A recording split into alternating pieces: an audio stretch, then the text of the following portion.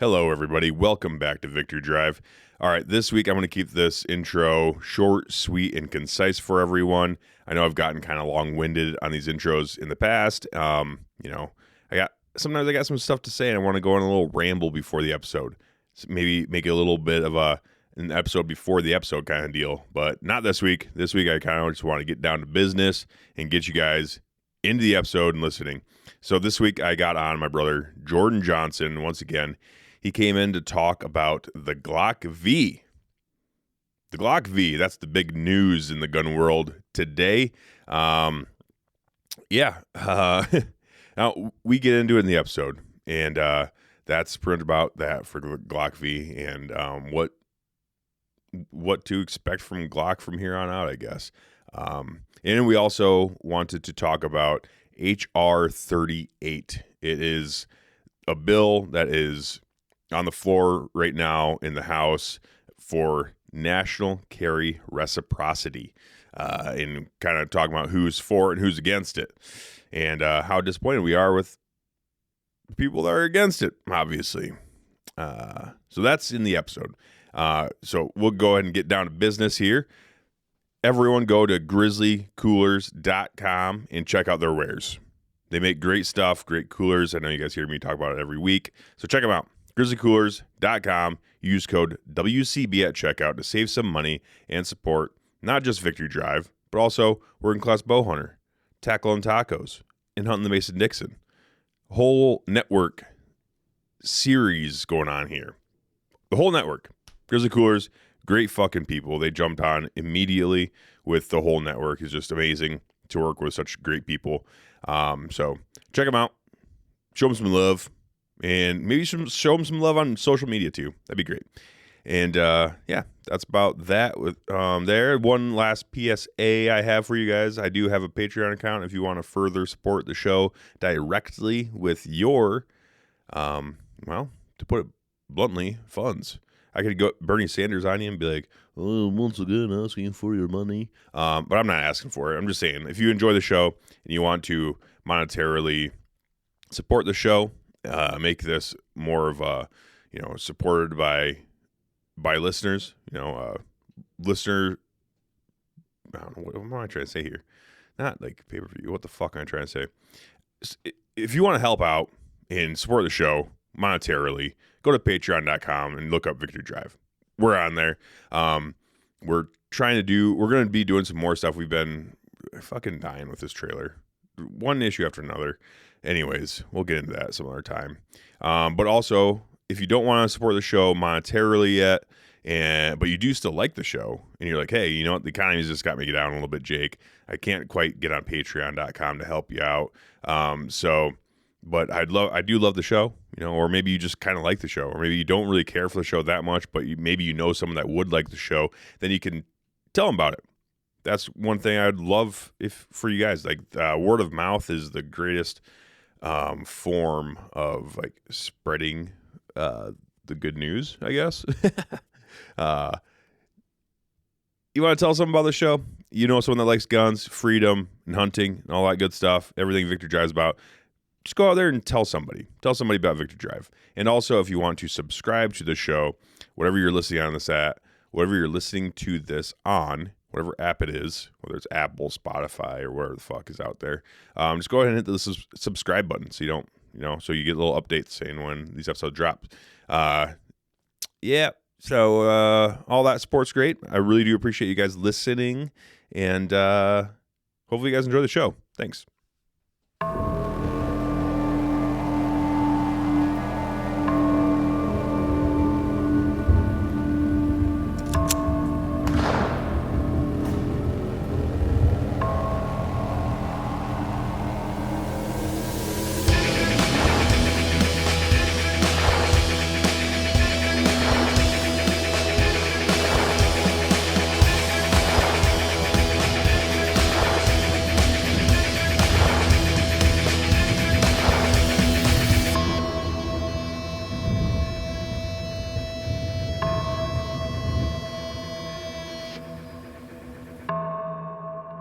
Give me a song by John Mellencamp real quick if you're going to use that reference. I don't know. Junk ass garbage. fucking... I don't look weird. Yeah. Piece of shit loser. You know, I know John Mellencamp. I've heard the name. What's the song? Summer 69? Is that John Mellencamp? I think so. I don't know. I was thinking of Bruce Springsteen when I had the Boss reference, I guess. Yeah. I think John Mellencamp's actually, he's fine. I think. Yeah, Springsteen's not. I think Springsteen's lost it. He's a renegade, him and Obama. That's right. Him and Obama did have a podcast together, didn't they? It's called The Renegades, yeah. It's not still going on, though. Fuck no. Right? I think they did like 2 episodes. Fucking losers, dude. That's one thing I've noticed about podcasting. It's like, it's really getting just like kind of taken over by celebrities. And it's really hard for us small guys anymore.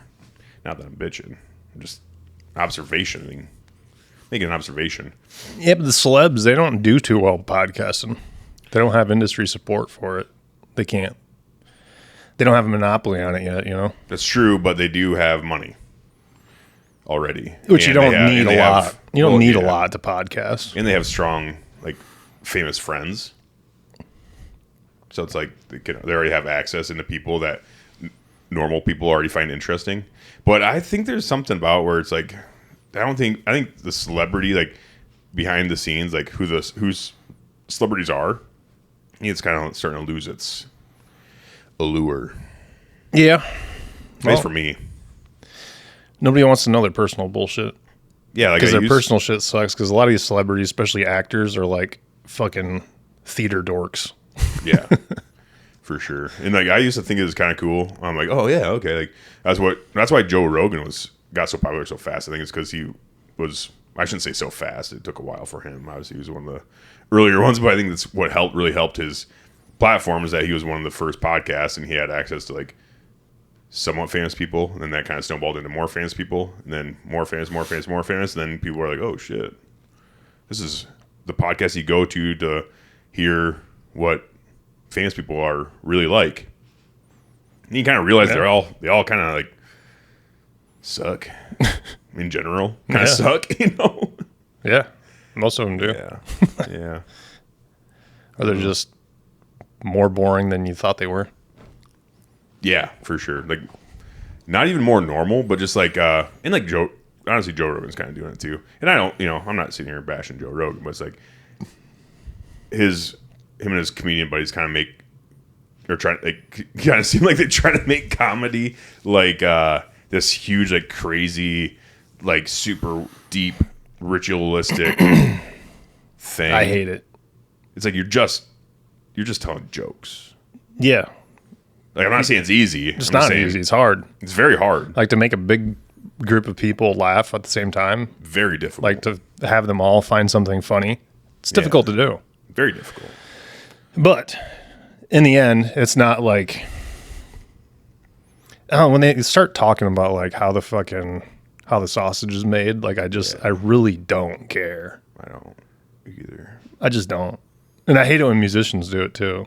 I used to think I cared. I had a fucking deep connection with this, and I just channeled the energy. It's like, shut the fuck up. No, you didn't. I summoned the muse. You heard a song in your head, and then you put it on an instrument. That's what you did. Yeah. You were humming along one day, like, maybe I can make that on a guitar. Hey, I like that. Maybe that could slap. Let's try that. Yeah. And then you strum it along, and you're like, okay, and you tweak it, and then the next thing it's a really good song. That's great. And then, like, that's not easy. It takes a lot of creative energy to do that stuff. Yeah. It's not an easy thing, especially to make stuff that actually does sound good. And then there's so much stuff like with music and comedy and like in podcasting, there's so much shit that goes in the back end that you don't realize when you're just sitting there watching the finished product. You're kind of like, oh, I could do that. And then you start realizing what goes into doing that. You're like, golly. Rich people have a leg up because they can just hire everything out that they don't want to do. Yeah, for sure. That is kind of nice for everything, whether you're a musician or not. So it's like that's what's nice hearing about those DIY guys that like get started and they start doing everything themselves. And then they blow up. It's like, oh, that's cool. Rather than like industry plans and stuff, when they just get like plucked out of a TikTok algorithm. They're like, we're going to give you a multi-million-dollar record deal. Mm-hmm. You're like, whoa. They don't really have to do any of the hard stuff that it took to get to that multi-million record deal. They just got there. Yeah. It's weird. They're getting a multi-million-dollar record deal, but they're individually making probably 50 to 60,000 a year. Yeah, probably. Which is the worst part about it. The industry's a fucking joke. Music in general is kind of a fucking joke. Fuck it. Kind of is, honestly. Like, especially when you get in the industry weeds, you know, there's a lot of weird stuff in there. Yeah. Yeah, I don't know. I wasted a lot of fucking time doing that bullshit. Well, it was fun though. When you're doing it, it was fun. So, but you start kind of realizing, like, ugh, I don't know. Is the juice worth the squeeze in this thing? Yeah. The fun part's writing the fucking music. Writing music's fun. Everything else sucks fucking dick and balls. I fucking hate it. Yeah, it's kind of crazy. Like, because a lot of people listening, like, they're kind of seeing your evolution. You know, like we're like when Victory Drive first started and I first started having you on, you're like, yeah, I'm doing music. This is awesome. Like, that's my main thing. Now it's like, oh, like now I want to shoot competitions and stuff, and still kind of doing music. And now it's like, I'm a fucking cop and I just want to shoot guns. That's it.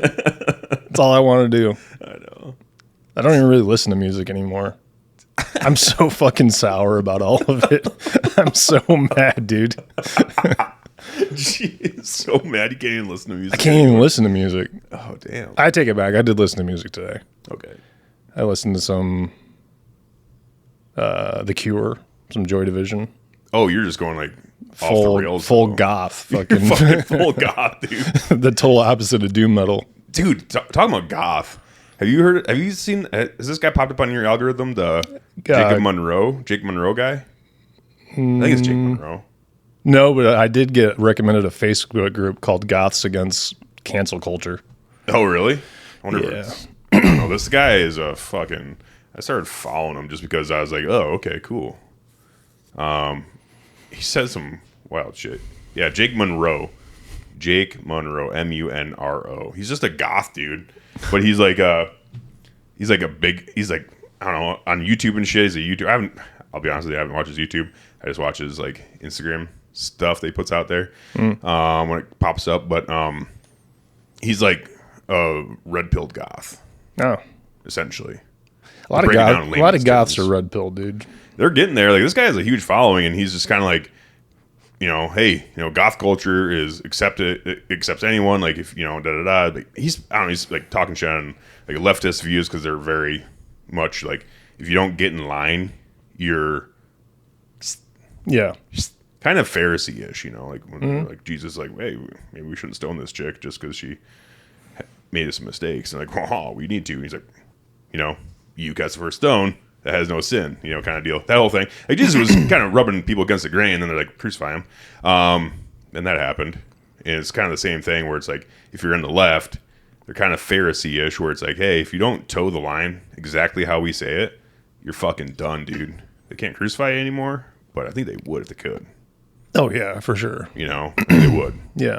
And I think it's kind of what this Jake Monroe is kind of like. He's just like, hey, I'm a goth dude. I like to paint my face and like dress in black. I think I know who you're talking about. I think I've seen that dude before. Yeah. Yeah. Kind of wild. I never saw that coming. Like, I didn't have that on my 2025 bingo card of like goths gone conservative. You know? Yeah, for sure. Who would have thought that? Because they're like one step away from trans. They're pretty close. Like, honestly, like, they're pretty like, close. Yeah, it's very like, I don't know what you want to call it, androgynous, you know, like the dudes are kind of girly and the girls are kind of duty. Yeah. I think it's really just like, it's a machine bent on, like, that has a bend against whoever's like in societal power, if that makes sense. Yeah, it's, you know, it's like counterculture. Yeah, like right now there's a Republican in office, and we have more of a more Republican government in America. This guy's in UK too, by the way, so a little bit different situation going on. That motherfucker, like, I get it, dude. Mm-hmm. I'd be a funny talking Nick Fuentes in the UK. I'd be like, there's plenty of them. Yeah. There's one dude that fucking just got out of shit. He was looking at prison time or some shit just for speaking out against fucking Muslims. Oh, yeah. Can't remember his name. He's a really stocky dude. Yeah, I seen him on a different podcast. I think he's an Irishman. Could be wrong. I think he's from a weird part of London. UK, England. whatever. UK is all fucking. He talks real compromised. goofy though. He has a real thick accent. Yeah. Yep. He's a big anti-Islamist kind of dude. Yeah, But I mean, they're raping everyone out there, dude. It's kind of crazy. it is. A Yeah. lot of rapes. A lot of Pakistani rapes. Well, it's The Pakistani groomer gangs. yeah. Everybody said replacement theory was like some crazy white supremacist fucking conspiracy theory. You know, a couple years ago. Now it's kind of looking like we're getting replaced. Yeah, and by we don't necessarily mean like white people in general, but like Americans, Yeah, and Europeans. Englishmen, and Europeans, even in Europe. Yeah. Like that's what's weird is like if you look at back in history, like Muslims have been trying to jam their way into Europe for so long, and then they just wait it out. They're like, okay, well, it's like we can't do it militarily anymore, so let's just wait them out. Yeah. And eventually they realize like, oh, hey, we can just like. They're just gonna let us in. Like they're just gonna let us in because they can't be racist or xenophobic or whatever the term is for Islam. It's like Islamophobic. There it is. Xenophobic's Chinese, I think. Anyways, I can't keep up with all of them. But yeah, it's like they're like they're just gonna let us in. Just go in there then. Yeah. Now they're in. They're in. Kind of same thing with America. Like we talk about Minnesota quite a bit because they're our northern neighbors. It's like, dude, it's a little Somali up there. Yeah. Which, not for long, though. They're getting their TPS statuses revoked. That's nuts. Did you see that? No, but I heard about it. I didn't think that was actually happening yet, though. I think it's happening. Well, I mean, dude, kind of got to do something. They about voted one in as Minneapolis mayor. Yeah. I'm not saying like Somalians, Which he period, didn't but it's give- like, dude, there's third worlders, and they're bringing their third world mindset into America. They Like, brought the that's crazy. most third world minds. He lost for the most third world reason fucking imaginable. He lost because there was a Somali clan war up there. Which is fucking crazy. He Talk me through lost. it. I haven't even He looked lost into because of the Somalian vote. The Somalian vote went to the white guy. that. So, like, what happened exactly? Like, So there's like he wasn't Somalian enough, or no, there's like 3 or 4 rival Somali clans up in fucking Minnesota. okay, And they don't like this guy. Like he's a part of like a minority Somalian group. Like is he like a him and- twerp, like kind of like a little dork, and they're all like, nah, fuck this. I don't guy. know. It's just in Somalia, fucking their clans don't like each other. Well, So, makes sense. Like, they there's brought Sunni the- Shiite wars and shit. So, anyway, sorry. Go on. So they brought that over here. Like they're still feuding in Minnesota. So they're like, yeah, we're not voting for you. We don't like you. We never liked you. We don't like your fucking bloodline, your ancestry. Go fuck yourself. So they voted for the fucking white dork.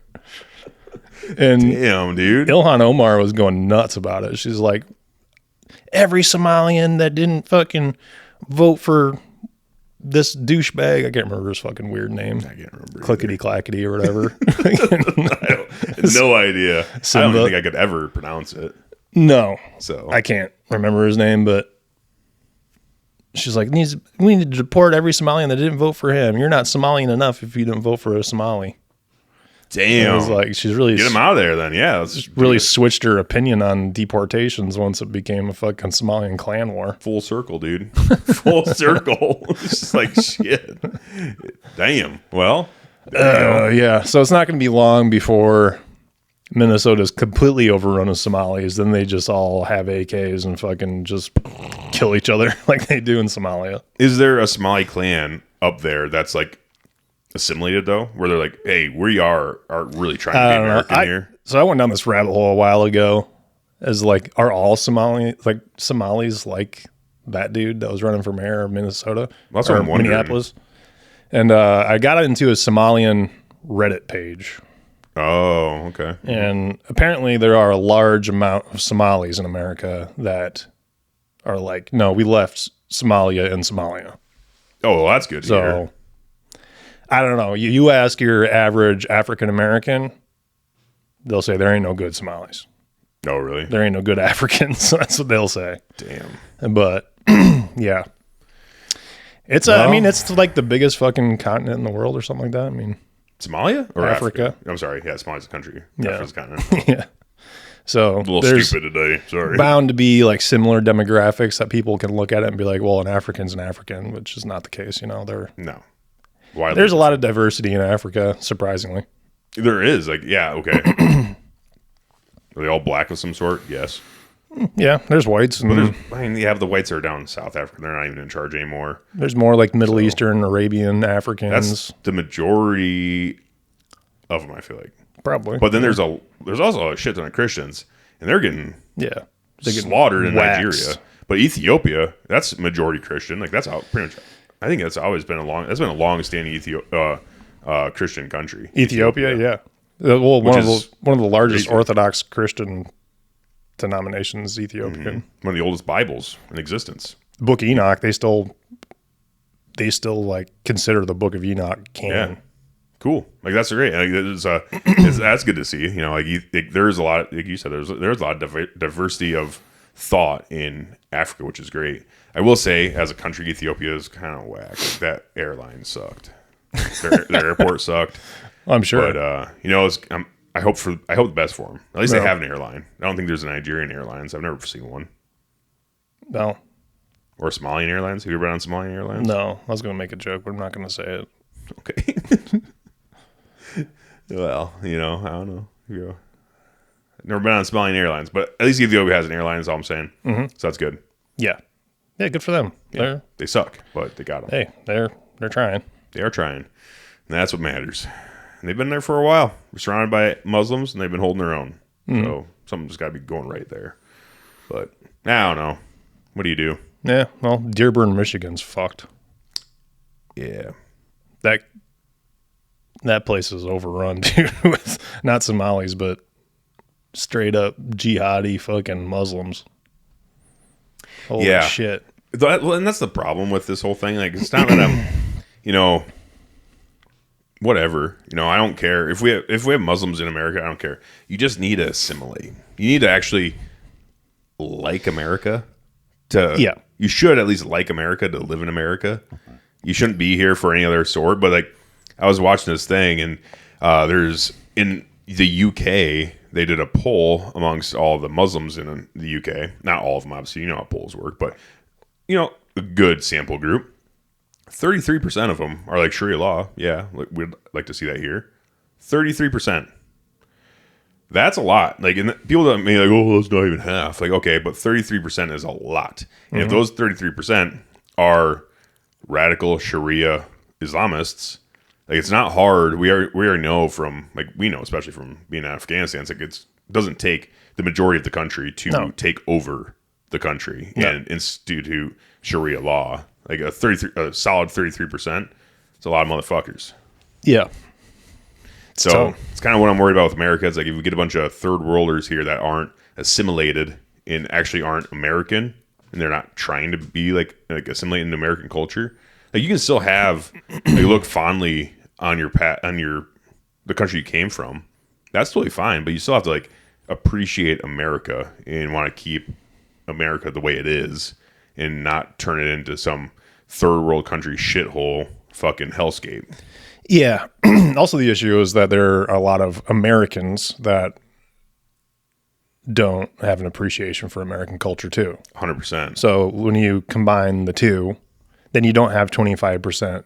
You might have 25% Muslims that want Sharia law, but then you'll have fucking, 5 to 10% of Americans that want Sharia law, or that will simply be tolerant of something like Sharia law. Yeah, they'll have the Hassan Piker view of being like, well, even if socialism does incrementally turn into communism, I'm not even really against that. I don't want communism, but if it turns into communism, it's better than what we have, kind of thing. It's like, no. No, Piker's a full communist, though. You're a fucking dumbass. Yeah, but he gets on other shows and he starts talking, and then he's he tries to tone it down, tries to water down his message when he's in front of face to face with the other people with different views. He's a snake. Yeah, no, he's a fucking loser. He went to China recently. Oh, was interviewed in China, was just bashing America hard. Really? Oh yeah, dude. He's like, in China? Yeah, this Chinese journalist is like, well, what would you say are the biggest issues in America right now? He's like, well, stupid whiny fucking voice. Yeah. Well, you can't, people are in student loan debt of $100,000 to $150,000. We can't afford anything. The American dream is dead. Nobody can afford housing. Everything is just so expensive. It's like, motherfucker, you know why people can't afford shit? Because they're doing Uber Eats and not operating a fucking crane. Mm-hmm. You can go into like heavy machine equipment operation, make $100,000 a year almost off the grip. Yeah. And that's perfectly comfortable. I don't make anywhere near that amount of money, and I'm comfortable enough. Mm-hmm. Well, it's the thing. If you want to, you could go do that too. Make that money. And you can budget. You can count. Americans now are just, their lifestyles are so fucking bloated with shit. Yeah. And they're spending money on shit that they don't realize they don't need. Oh, yeah. Well, you don't need to eat out every fucking meal. You don't need all of the subscription services. You don't need to, like, the consumerism of social media and shit like that. Like, you need this, you need that, you need this. Well, you don't need any of that bullshit. You know what you need? You need a fucking house that you can stay warm in the wintertime and cool in the summertime, preferably. Preferably stay dry when it rains. I'd like that. That'd be nice. You need food, which you can go to the grocery store and get food to make. Mm-hmm. Yeah, I mean, yes. Nobody needs $25,000 a month in EBT. No, but it is getting expensive. They are right in this sense that where it's like a lot of young Americans especially do feel hopeless. They do feel like we've been robbed of the American dream that we've been promised by our grandfathers and fathers and grandfathers and stuff. It's like there's a lot of Americans that do feel very duped and robbed of the American dream. However, it's like society changes and shifts. You have to be willing. You have to be able to change and shift with it. Like, yes, you're right. Boomers had it fucking good. But boomers also had to go. They had their parents had to go through the Great Depression. Like, you think it's bad now. Like, look back on the Great Depression. It wasn't even that long ago. That was fucking shit. Was nuts. Yeah. But then they fixed it, and I shouldn't say they fixed it. Like FDR had a lot to do with it, even though he sucked as a whole. I feel like not a great president, but he did help get us out of the Great Depression. And anyways, like, that's a whole thing. The economy ebbs and flows. It's just the way it is, and it's never been fixed by instituting more socialism, I guess. No, and it's only gotten worse with more socialism. The more socialism we meld into the economy and try to pay for stuff, it just bloats the economy. You can get an artificially good economy for a little bit of time, but eventually it's going to burst, and we're getting to the point where shit's going to start popping. It's going to start popping for sure. Because the economy is bad, but we have to turn it around. And how do we do that? Well, not more socialism, not more free shit, not more free EBT, not more of this. Like, we need to get to work. We need to start working. We're going to get taken over by AI. That's inevitable. But until then, like, we got to get out there and work. Like, I see a lot of help wanted signs. Yeah. I see a lot of people crying, like basically, like, just being like, we need work. Like, I have the work. I need workers. Yeah. Like, we need people that want to work. That's why, is because baby boomers, they weren't living with their parents until they were 35. No, they had to get the fuck out at like 15. They weren't traveling to Europe when they were fucking 19 to find themselves, coming from a upper middle class income. They were building a fucking nest egg from the age of 16 until, until retirement. Yep. They weren't. We have a huge, like, family values issue in this fucking country. Yeah. And it's like, it's so much of just the coddled person. And I fucking hate seeing it. You see it every fucking day. Dude, there's every day that I walk by somebody or see somebody or interact with somebody where I think, like, if we didn't have a societal structure right now and there was, like, natural predators, you would be fucking dead instantly. Oh, smoked, dude. Good luck, you're done. Like, you can't even figure out how to feed yourself, motherfucker, without a government handout. Like, there's no way you would fight off a fucking grizzly bear.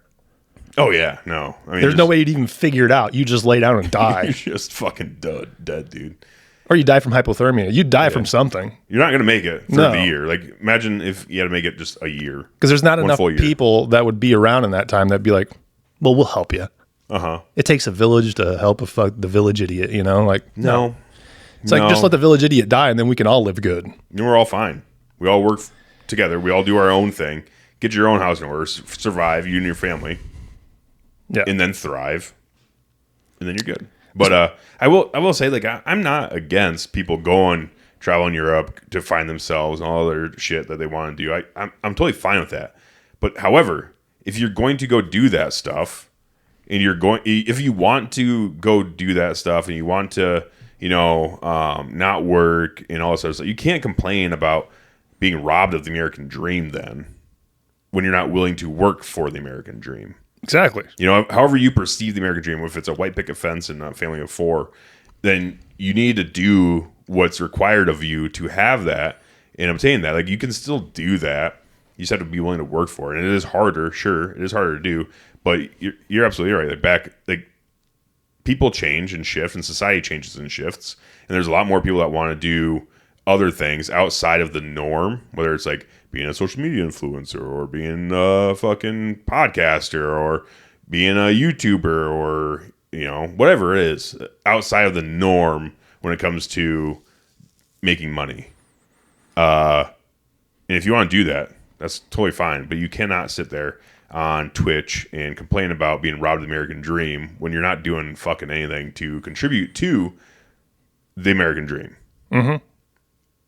I think, honestly, especially a young Turk. I'm not going to lie. I'm not even opposed to socialism per se. I think we need to try it at a small scale initially, right? So we need to start with forced labor. So let's try it. Let's try it, Hassan Piker. No. Let's take your worthless ass that produces nothing except for drama and throw you in a fucking mine. Mm-hmm.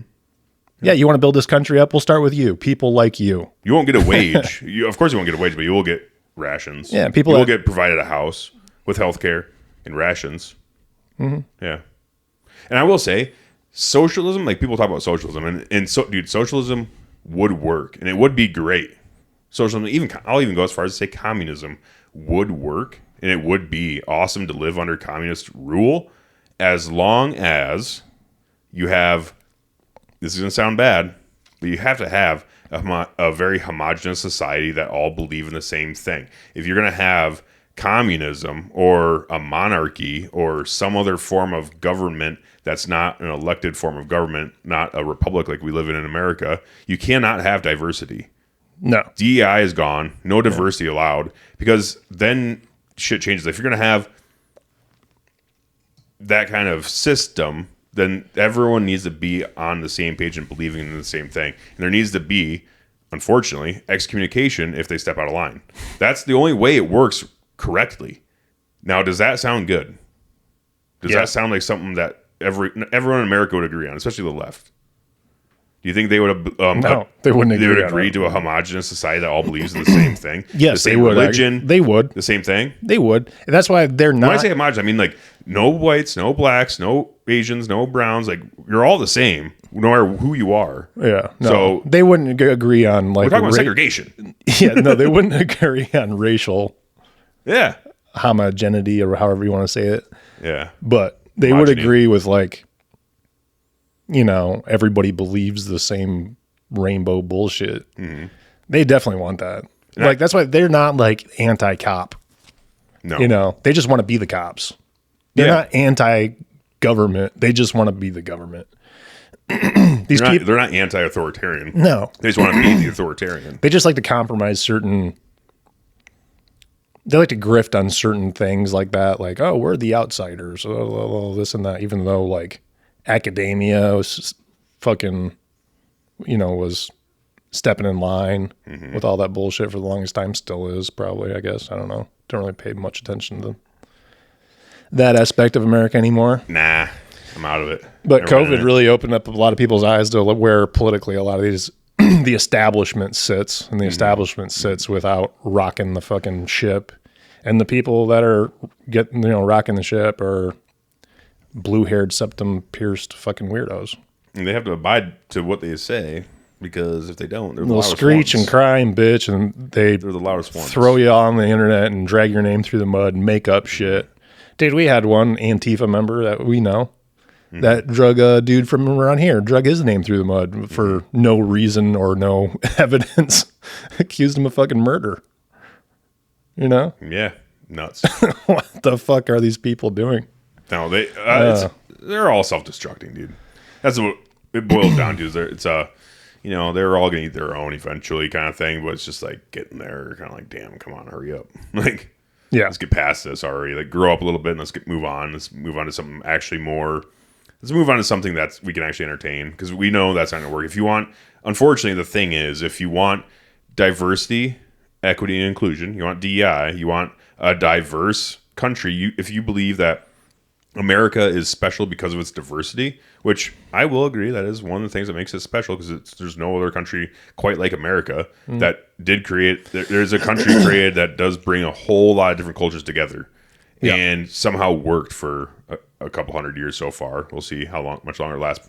It's been working decently well. Like right now, we're bitching at each other and yelling at each other and and it's getting more divided. It'd be cool if we could bring it all together, but we'll see. The jury's still out on that one, but it's one of those things where it's like it is a special, very unique, special country. However, the only way that works, the only way you have a diverse country with a diverse set of viewpoints and everything else, is that you do have to be on the same page. We can't all, as a country, be on completely different pages like we are right now. We have to be on the same page, as in, like, we're America first. We want to keep America, America. And we love America, but I am a Christian and he is a Muslim, and that's fine, because we don't want to kill each other, because we are Americans. Yeah. And we agree on a certain subset of things that makes America, America, makes it unique. The Constitution and Bill of Rights.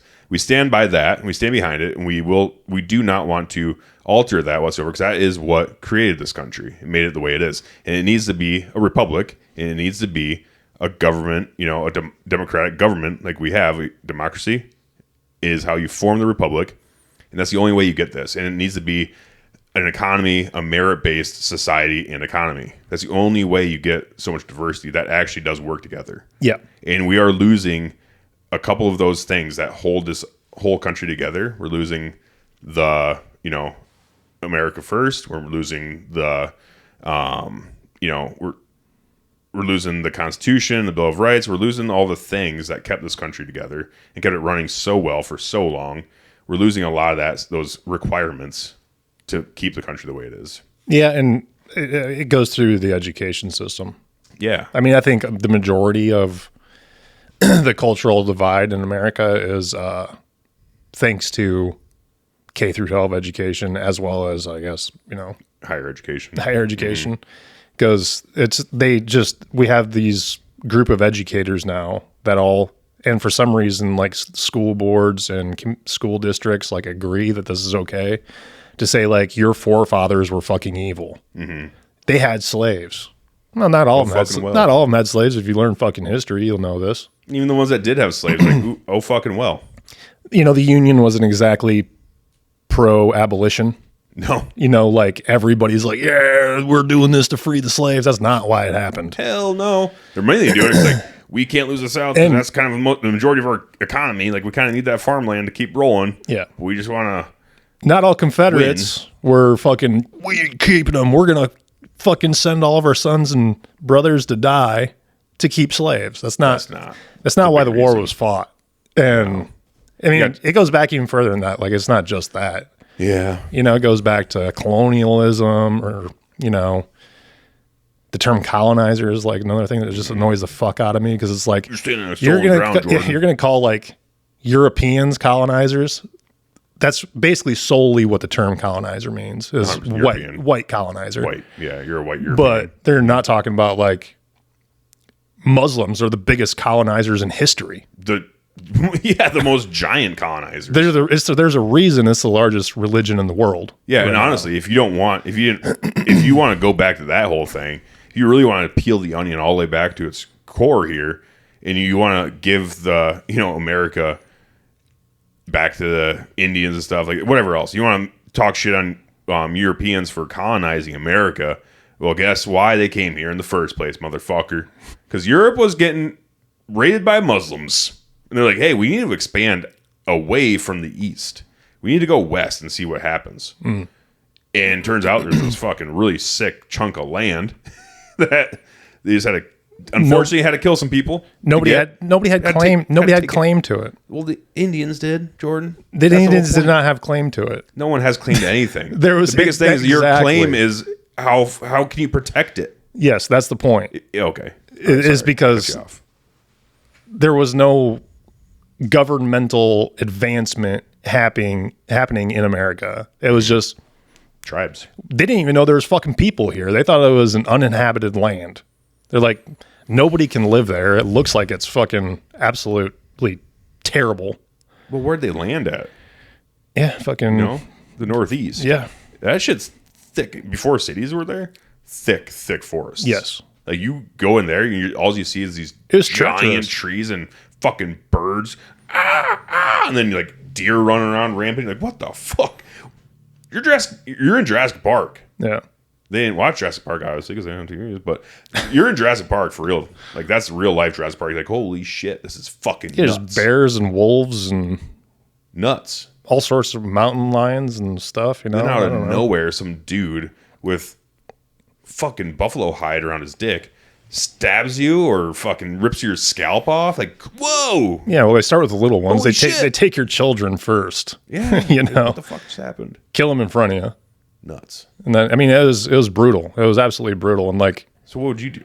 What would you think? You're like, holy shit. You look at all these animals. Like, people are getting chomped to death by wolves and fucking bears, and then getting their children's heads smashed in by, Native Americans. And you're like, yeah, it's just inhabited by animals. Yeah. That's why they said, like, they're savages. Like, they're basically animals. And that's kind of what they say, too. Like, they have the spirit of the wolf and stuff like that. They're in tune. Like, all the kumbaya stuff of the Indians and stuff. It's like, but you can see why people would think that they're savage animals, right? And they were wild, dude. I'm not saying anything bad against them. The way that it's painted now, and the way that it's painted now is that it was the American Indian genocide. They like to use those terms like that, and it's like that's not entirely accurate. If that was accurate, there would be no Indians left. No, not all tribes went to war with settlers, right? Some like a lot of them sold. They're just like, yeah, fucking. We'll sell it to you. Yeah. We can live over there. You live over here. Everything's cool. And then it's like, they end up building something cooler. And it's like, okay. Yeah, and then they went to war with colonizers, settlers, against other Indian tribes. Like they weren't exactly all getting along. Like they were at war pretty much all the time with each other. As a matter of fact, I don't think that America could have gotten colonized the way it did without help from 100%. Nice Indians. If all the Indians were like, yes, we're going to rally behind our religion. We are Indians together. We're going to fight to take our land back. Yeah. The whites would have gotten slaughtered. Oh, dude, wholesale. Yeah. It would have been nuts. Like if there was like a governing authority over the entire country of natives or whatever, it's like if there was, dude, they would have stopped that shit at the port. Yeah. For They sure. would have stopped at the port. They'd been like, hey, get the fuck out of here. We don't want you here. And then they just murder everybody and kick them out. And it's like, okay, yeah. But they didn't do that. No. They didn't. They were so like divided and fractal and all tribal and stuff like that. They couldn't get behind each other even when they were getting invaded by colonizers. Yeah, definitely. Like even being colonized by a bunch of whites, they couldn't rally against a common enemy because it wasn't a common enemy. Because some of them were like, we want to help them out. Like they're actually doing some cool shit. Dude, they got fucking all sorts of cool stuff here. Yeah, guns. They got guns, man. Like that's pretty sick. Yeah, like we can trade with these folk, and they work together, and it worked for a while. And then obviously whites wanted to expand more and more and everything else, but that was not without the help of some. But you had to go against some too.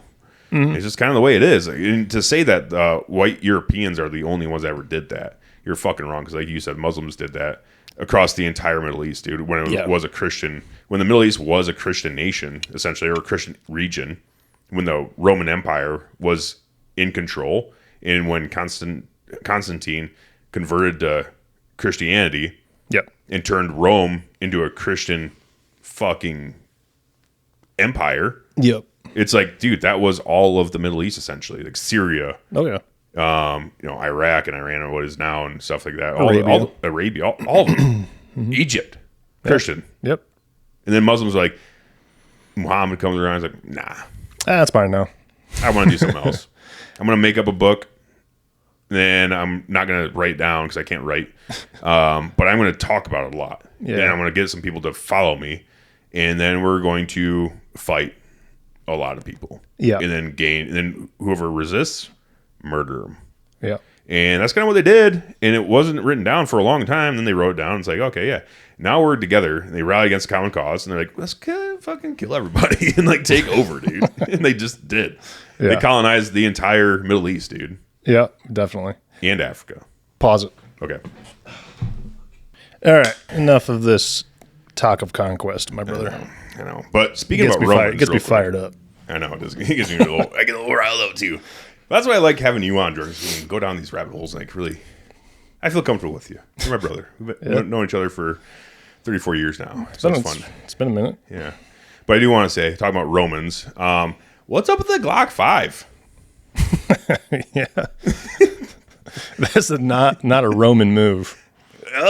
Seems kind of Roman. They made, instead of making like, they had the Glock Gen 5.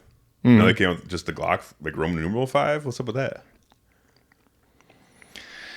Well, the V stands for vagina. It's not 5. Oh, okay, my bad. All right, so it's not, okay, all right. Yeah. Stands for big old fucking pussy. Big old fucking pussy. What? That is Glock. Yeah. Dude, honestly, what the fuck's up with that? It's tightens the firearm industry. Do you want to give some backstory on it? Do you know the whole backstory of this pretty well? Yeah, so it's basically California passed the easily convertible machine gun ban, which we've talked about. Don't like it. Which basically says they're banning Glocks or anything like Glock that you can easily convert with a Glock switch to a machine gun pistol. Now, correct me if I'm wrong. Anything like Glock, it's because they didn't specifically ban Glock. No, they banned what makes Glock the mechanism be. But does any other gun manufacturer use the same exact Glock switch? Well, I don't know. I have no idea, honestly. I don't think so. I would assume maybe the Shadow Systems. Well, yeah, for sure. It's basically just Glock. Mm-hmm. It's a worse Glock. It's an undependable Glock is what a Shadow System is. Which is kind of the only thing that makes Glock good. It's like a reliable, essentially. Yeah, but I'm not going to lie to you. I like the feel of a Glock. I like the ergonomics of Glocks. I do too. I just like the way they feel in my hand. There's nothing quite like it. That boxy feeling. Mm-hmm. I think they're comfortable to shoot. The thing is with Glock, if you like them, you like them. Yeah. If you don't like them, then you fucking hate them. I think. And I think, honestly, people just hate Glocks because they were like the industry standard for fucking ever. Yeah. So, like, every cop was issued a Glock. Mm-hmm. Oh, they're pioneers. And any police department that's smart still issues Glocks because they're just simply the fucking best duty firearm you can get. They're super simple, super easy to take apart, very reliable. Aftermarket parts for fucking days. Well, for now. Yeah, for now. Which the aftermarket market, the third party market's not going anywhere. Right. Well, let's go ahead and give the backstory. Yeah, so Glock decided they're going to discontinue all Glock handguns except for the slimline versions like the 43, 26, all that bullshit. Mm-hmm. Those small guns, the subcompacts. Keeping them around. They're keeping them around, keeping them normal. But then the 19s, the 17s, blah, blah, blah, go on. 43s. Not 43s. No, I'm sorry, not 43s. 47s. 47s. That's the 45? No, okay. But like those ones too? Like the full-size 45 caliber, whatever that is, Glock. All of them except for the slimline models. All of them except the slimline. Okay. Yeah. They're becoming now Glock 19 Vs or whatever. Or 17 Vs. Yeah. I think that's all they got right now is the 1917 V. Yeah, which basically they're just redesigning the trigger, the sear, the back plate, obviously, because all that shit's changing. But basically they're trying to have it so that you can't throw a Glock switch on it. And it took all of, it's not even released yet. It gets released like November 30th, I think. The V? Yeah. It was released. I don't think so. Honest Outlaw just did a review on him. He just bought him from his gun shop.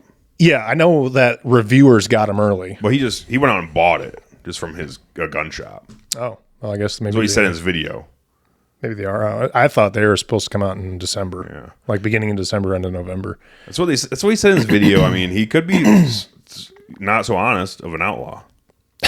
So he might be schmoozing a little bit, but he said he took his Patreon dollars and bought the 19V and the 17V. He's schmoozed up with fucking Hart Brothers down there. Mm-hmm. We know that. We do know that. He's like the biggest YouTuber in Iowa, in terms of guns. Him and Pewview and Fat Electrician, but he's not like a gun tuber. No, he's like a historian. More of a military historian. Yeah. Guy. But, whatever. Those are like the big influencers in Iowa, so I'm sure he got access to it early. And Victor Job. Yeah. No. We're coming up. I actually got made fun of for my follower count in a comment section. Who? I don't know. Some guy. I was talking a little shit. It's no big deal. He just said, I have a shitty podcast. And who said it? Fucking Honest Outlaw?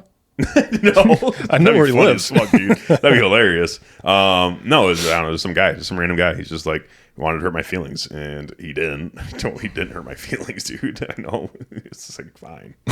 Not a big deal. All right. But yeah, he said, I have a shitty podcast that no one wants to listen to. I'm like, yeah, you're probably onto something. Then how did he find it? Well, all right. So there's this guy. I don't remember the Instagram account. He had this video, and he was off of this. He's in the wilderness on his trail, and I don't know where he was at. I don't even know the laws of said land he was on. But he was off the trail, and some guy in camo came with a gun, like slung on his back, and he obviously hunting, and he went sliding by on his e-bike, and this guy was like, fucking douchebags can't follow the rules, riding his fucking e-bike in the roadway or in the trail. And all I said was, he hunting on a trail? Yeah, what? Was he hunting a trail? Well, he's obviously getting into hunting land. It must have been public land. I'm assuming out west somewhere. You get what you get with public land. Yeah, right? I'm assuming he's out west somewhere. So in the comments they said that he's on wilderness land, which you're not supposed to have any type of motorized vehicles whatsoever. But e-bikes aren't technically considered motorized vehicles because they're underpowered. They're not considered a motorized vehicle on most public land. I don't know about where they're at. I have no context behind this. All I said in that comment was, imagine being a guy that's just minding his own business, riding his e-bike on the trail, and then gets recorded and made fun of.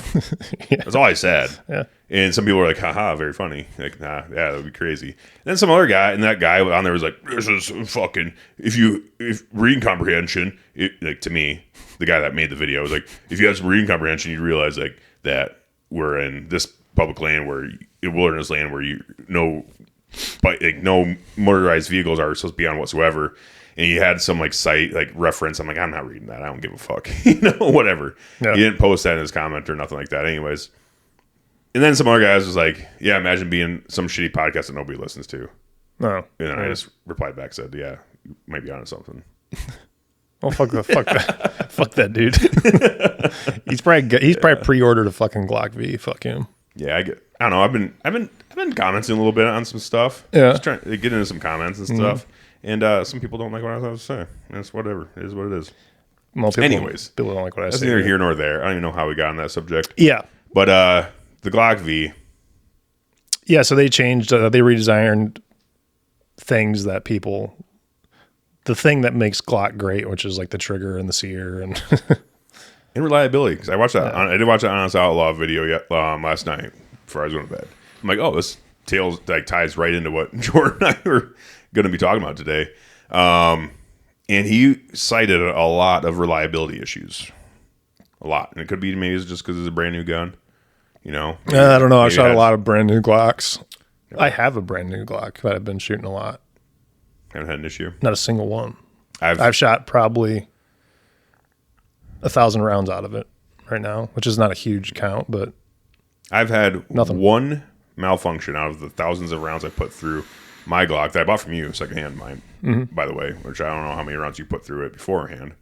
Probably at least a few hundred. Probably. Maybe more than that.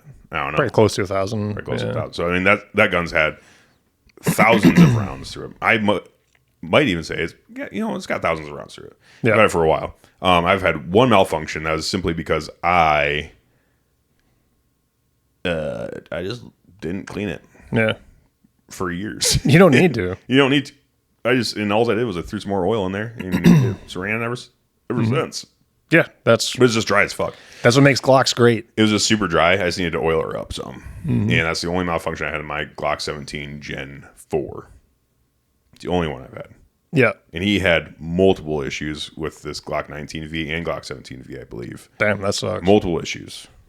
A lot of failure to feeds is what it looked like. Yeah, not looking good. Not really good. I mean, that's what happens when you bend the knee to anti-gun lobbies. Like, you're a gun manufacturer, dude. So You're just don't market to California. and that's kind of You got the law enforcement market, right? yeah. The SIG knocked themselves out of that one. And now you're knocking yourself out of it for the same reason SIG's knocked out of it, Yeah. for being douchebags. Yeah. And honestly, it's like kind of one of those things where with Glock, it's like you didn't need to change anything. Like now and that's the other thing, like there's still some Glock fanboys out there that are saying like, do you realize like how stupid that sounds that California passed that law and then immediately Glock's like, okay, Glock V, we're discontinuing and doing the Glock V now because of California. Like, do you realize that sounds like they're just going to change all this stuff? Like, it change doesn't happen that rapidly. It's like, okay, guaranteed Glock knew about this law before it passed. Oh, yeah. And they were already planning for it. They've been like, planning. The second that it passes, we're going to do this. They've been getting the shit suit out of them because of the Glock switch thing. This has been going on for a while. It's not a new thing. Years, Yeah. actually. And I don't know, Glock, it could be a very easy PR thing for Glock to just say, we don't make Glock switches. This is a modification done by criminals. We do not condone it. And we're not going to change our existing product because criminals use it. Right. It's silly. Like it's silly to not do anything other than that, in my opinion. Well, and you're going to, because I do believe that, like Glock, I believe that Glock bent the knee to California. Yeah. I'm on that train. And for Glock to bend the knee to a state that already hates them and then in turn turning your back on the people essentially that have supported you for 20 plus years. Yeah, that seems like a really dumb thing to do, in my opinion. Seems like a really dumb thing to do. And it's just like, why are you trying to kowtow to people that hate you? I just don't understand that with people in general, let alone companies, let alone gun companies. You're going to kowtow to people that hate you and then ostracize the people that love you? Yeah. What's up with that? Doesn't make any sense. It's dumb, but it's going to be interesting because I think this is what's going to cause the release of the Smith & Wesson M&P 3.0. I think in about a year we're going to get the 3.0. That's my prediction. That'd be pretty sick. Because in about a year, everybody's going to have experience with the Glock V, and they're going to say fuck the Glock V, and Glock is going to probably lean into the Glock V, and everything's going to be a Glock V. You know what I mean, or equivalent, like the same mechanism. So I think M&P is going to come out with a 3.0, which would be baller. It might be baller.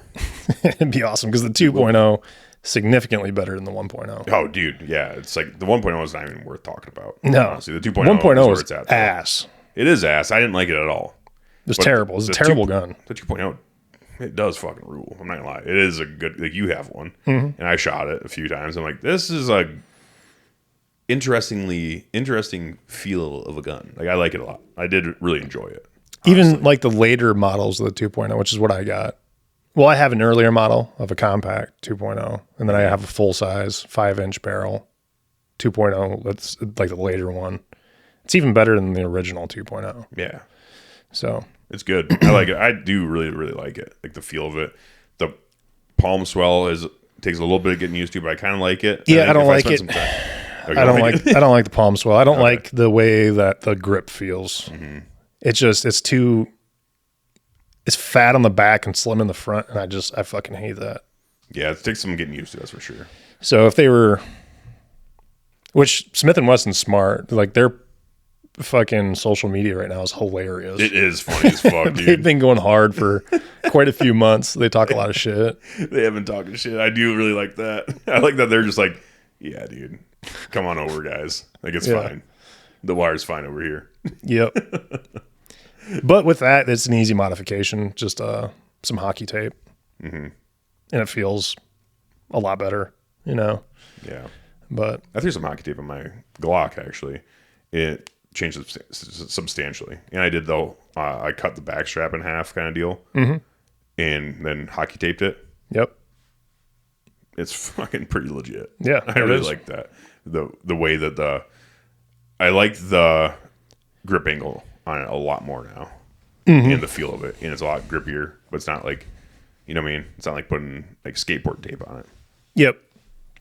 Yeah, and that's the big complaint about Glocks is the angle of the grip. But if you shoot it enough, you get used to it. Well, and I got on some Reddit forums, and I liked the beaver tail, but I didn't like that much thicker of a grip. Yeah. So I like that. Get on some Reddit forums and, chop that bad boy down and then stick it on there and then hockey tape the shit out of it. And it's like, whoa, it's nice. It's really nice. But it just feels a little bit more like what a Smith & Wesson MP 2.0 feels like, honestly, I guess as far as grip angle goes. Yeah, but it has the nice grip that a Glock has. Yeah. However, I will say, like with a Smith & Wesson, like a MP, the recoil is like a softer impulse.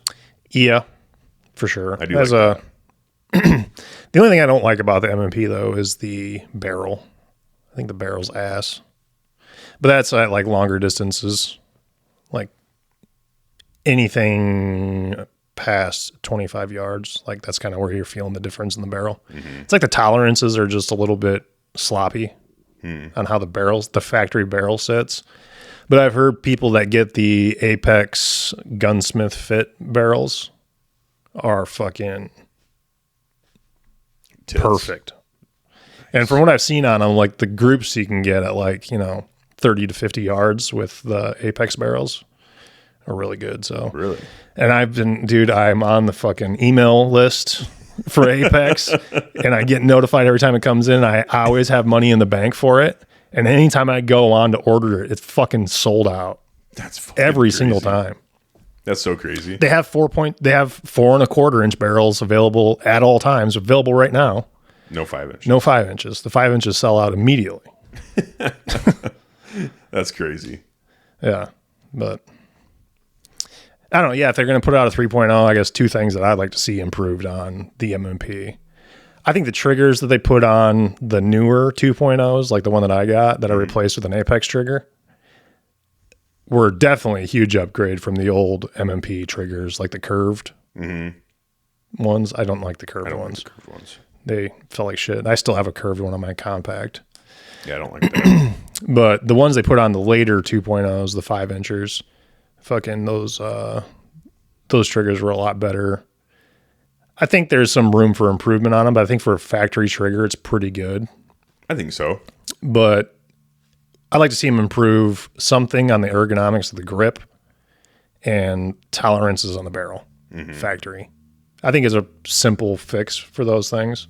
Yeah, better barrel, better grip, and you'd be off the races, I think. Because I, like you said, I don't think the stock trigger is really that bad in the newer 2.0s. Like, I don't think they're that bad. You can train through them and be fine if you want to. But yeah, if you got a little bit better barrel, tighten up that accuracy a little bit, and then have a different grip would be swell. Definitely. It'd be sick. That'd be wild. I don't know. If the Glock V pushed Smith & Wesson and ended up coming out with a 3.0, that'd be pretty sick. Mm-hmm. Yeah. And if anybody's listening, an Apex trigger on an MMP 2.0 is the most fantastic trigger you're ever going to shoot in your fucking life. It's the best. It is. It's nice. I think it's better than a single action. Damn, that's I just like the feel of it a you lot have better. one. Yeah. You got a CZ. Yeah. Which, don't get me wrong, a single action's hard to beat. Like It's really hard. it's just so sensitive. You can shoot so fast. Mm-hmm. But I like a nice tactile trigger, to be honest with you. Yeah. I like for like a striker fired handgun, you know. I think the Apex trigger and M&P is like just perfect. Mm-hmm. I need to get my hands on a Walther PDP and I'm not sold Canic. I'm not sold on the PDPs personally, but I mean, I've heard really good things. I've heard Canic has the best trigger out of the box out of any trigger fire, and I've heard Walther is the most accurate out of the box out of any trigger fire. So it's like, I don't know. So I've heard Glocks are pretty accurate. I've heard Walthers, the PDPs are extraordinary. Okay. Like we're talking 200 yards plus accuracy, dude. Yeah, I've heard it's a violent shooting gun though. Really? That's what I've heard. I heard the recoil impulse on it's kind of ass. I think it has to do with the bore axis. It is really high. Yeah. Canics are high too. Yeah, they are.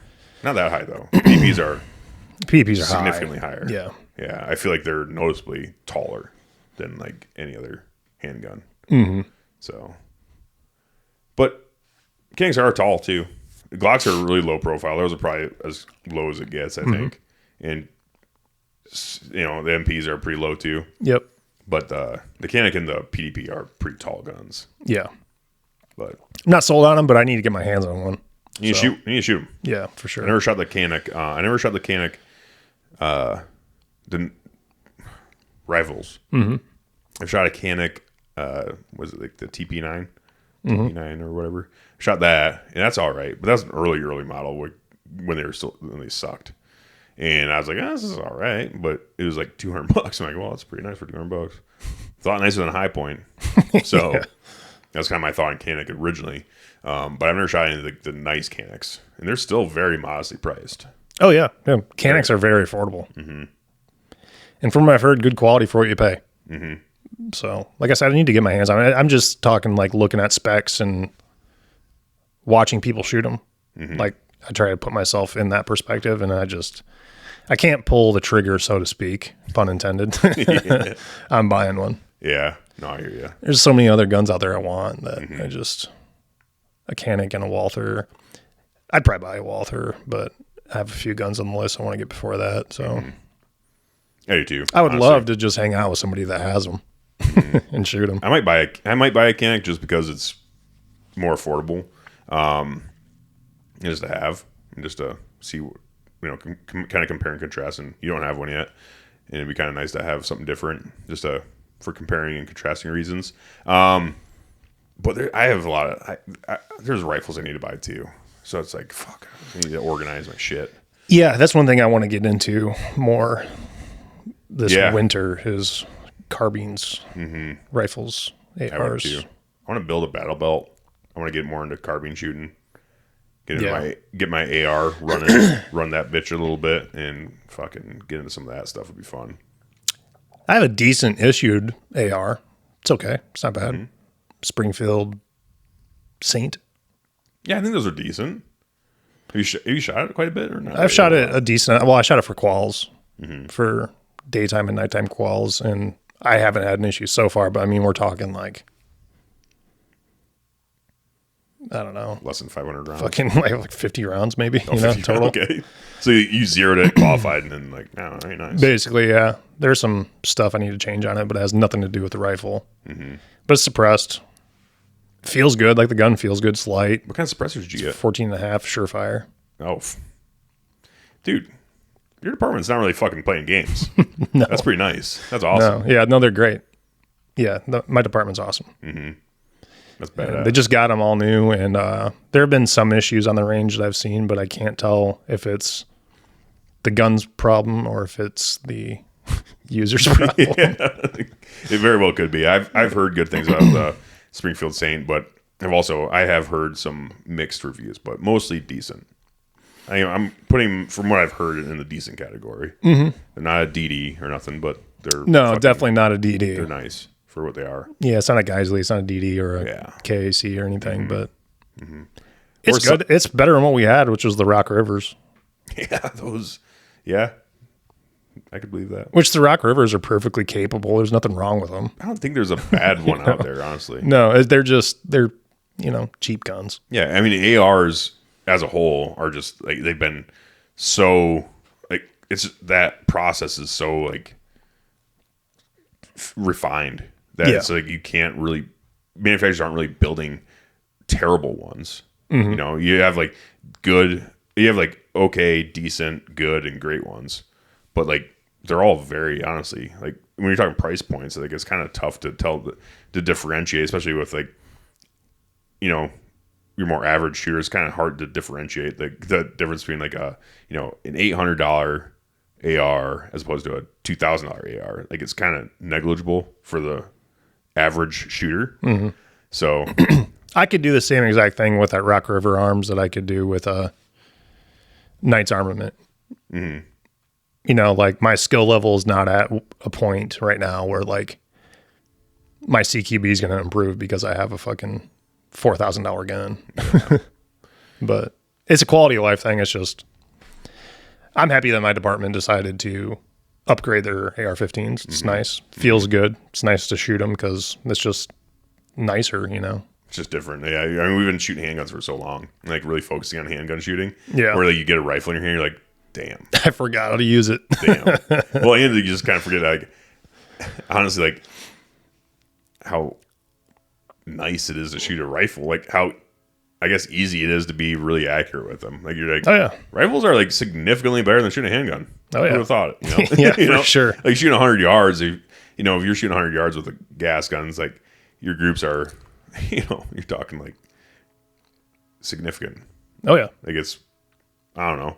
Like obviously that's a stupid statement to say that. Oh yeah, it's way easier to be accurate with a rifle than a handgun. Obviously, everyone knows that. But it's just like you do kind of forget, and it's nice. It's like fun to get back in there into rifle shooting. Yeah, it's like going from a car to a motorcycle. Like motorcycle is going to be faster. Yeah. It's a lot. And that's the difference between like winning a gunfight and losing a gunfight sometimes is that are you going to have a rifle or are you going to have a handgun? Yeah, and honestly, it's like, yeah. If you got a rifle, it's a big, it's a significant upgrade to run into a gunfight with a handgun. Yep. For For sure. But anyways, yeah, I don't know, but going back to the Glock V, to be continued on that. I'm not sold on it. I think it was a stupid decision by Glock. Yeah. And I hope whenever they come out with a Glock Gen 6, I hope they figure their stuff out. They're not going to get away from the V stuff, I don't think. Like that's here to stay.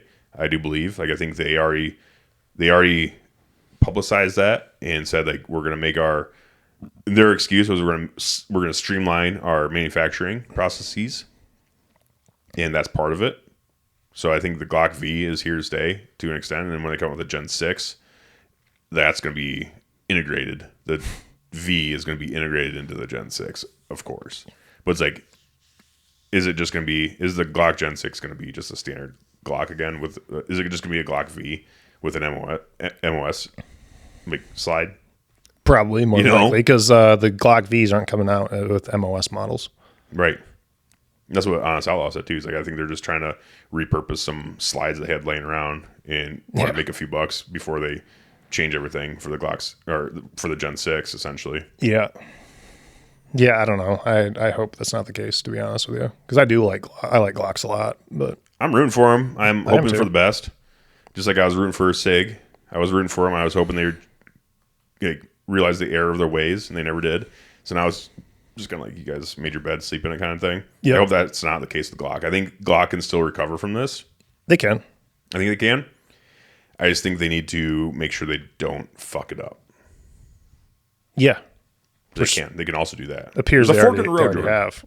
Appears they already have. So yeah. Well, I think they can still recover. We're at a fork, though. It's a bad time. It's a bad time in American history to be changing firearms mechanics due to political pressure.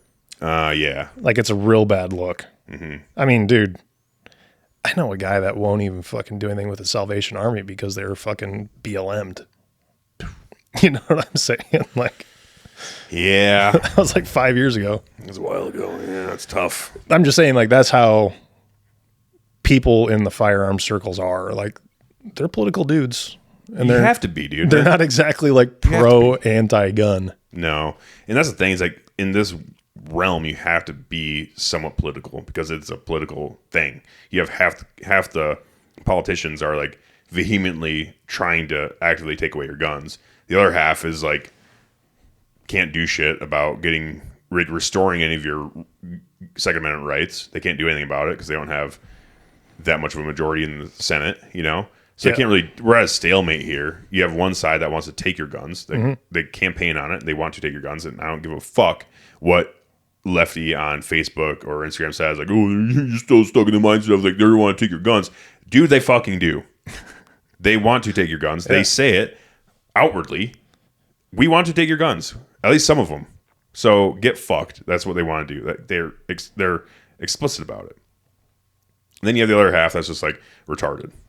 Yeah. And just don't want to just can't seem to figure out how to do anything about it. And then you have AG Pam Bondi and the DOJ, which are fucking just bumps in a log. Like they're not doing shit either. Like that's a big is Trump doing some good things? Sure. Is his administration doing some good things? Sure. Are they doing a lot of things that they promised and campaigned on and aren't fulfilling? 100%. Yeah. They are not restoring much of the rights. Like they took the NFA tax stamp to zero, and then FPC, the Firearms Policy Coalition, they were like, okay, well now that the tax is set at zero, like it's no longer an acceptable tax, so therefore we should just abolish the NFA. And the AG's Pam Bondi's office is like, no, we're going to keep it around. They like the NFA. Mm-hmm. They want to keep these things registered. They want to actually. They even threatened about adding to the NFA and adding certain guns to the NFA just because of the registration system. Because even though it's set to zero, so it won't matter. But they're talking about possibly adding handguns to the NFA, dude. Making them NFA items. And then you get a Democrat in office, and what do? They turn around and they say, okay, well, guess what? Now the tax is set to zero. So Republicans set that standard. Now that tax can be changed since they changed it from $200. That's been for 100 years.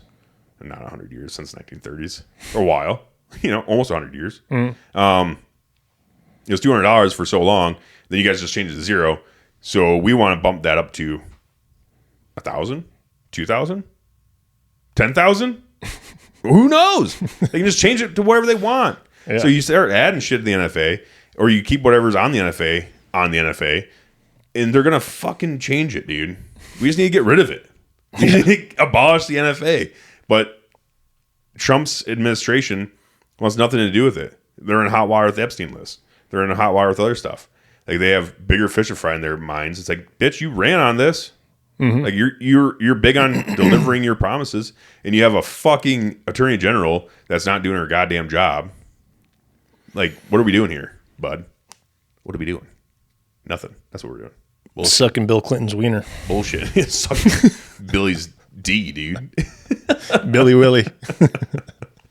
Nuts. I don't like it. I don't like where we're heading with it. I don't appreciate it. But what do you do? Yeah. I think, like that scene in Ace Ventura where it was Finkel's Einhorn, Einhorn's Finkel. Yeah. I think it's Trump is Monica, Monica's Trump. Damn. Okay. Yeah, it's actually Trump in there doing it, and then they just scapegoated Monica. Trump is Monica Lewinsky. Holy shit, dude. What do you think about that? I don't like it. I don't know. He was trans. When we start talking about that stuff, all I can think about is Alex Jones when he's like, there was like a clip where he's like, I don't know if you sucked a weenie or not, but even if you did, oh well, But it's Bill. Yeah. Ugh. That's Bill weird. Has no morals. He doesn't care. He just wants his weenie sucked. Well, apparently Teflon Don doesn't either. So. Well, no, of course not. He's all fucking buddy with Mom Donnie now. Yeah, he's a real estate fucking mogul from New York. Like we all knew what we were getting with Trump, and that's what the left says. Like, oh, you fucking reap what you sow, getting what you voted for, kind of thing. It's like, okay, dude, what was the other option? Hillary, Kamala. Yeah. Hell no. Fuck no. I ain't want Kamalato in here, dude. No. We don't need her. So, yeah, out of those options, yeah, okay. You pushed us into Trump's corner, brother. I don't want it either. Yeah. No one wanted it. I don't want any of it. I just want Trump to deliver on his promise. If he does that, then I'll be happy. I'll look back and smile on his administration. I want a Rand Paul. Everyone wanted Rand Paul that cared, dude, but no one got him because he was Rand Paul and not a fucking boisterous Don. Yeah, definitely. You can talk about the fraternal order. Yeah, that was the other thing. I don't know what you can say about this. Does it matter? I'm not in the FOP. Okay. So I don't know if I want to be after this. nuts. I'm in the FOP state union. I'm not in the fucking national union. So I'll talk about HR 38 and you tell us about what FOP is all about and stuff too. We'll do that first. Yeah. So HR 38 it is going through the House right now. Has a lot of support in the House. A lot of support. A lot of co-sponsors. Has a lot of good support. It is on the docket to get voted on in the House very soon. I feel like it's on there. It already passed the Judiciary Committee. So it's already like processed. It's awaiting House vote now. And HR 38 is National Carry Reciprocity. Reciprocity. That's what I'm going to say.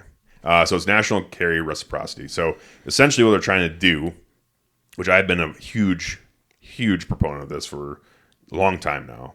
And basically what they're trying to do is make concealed carry nationwide.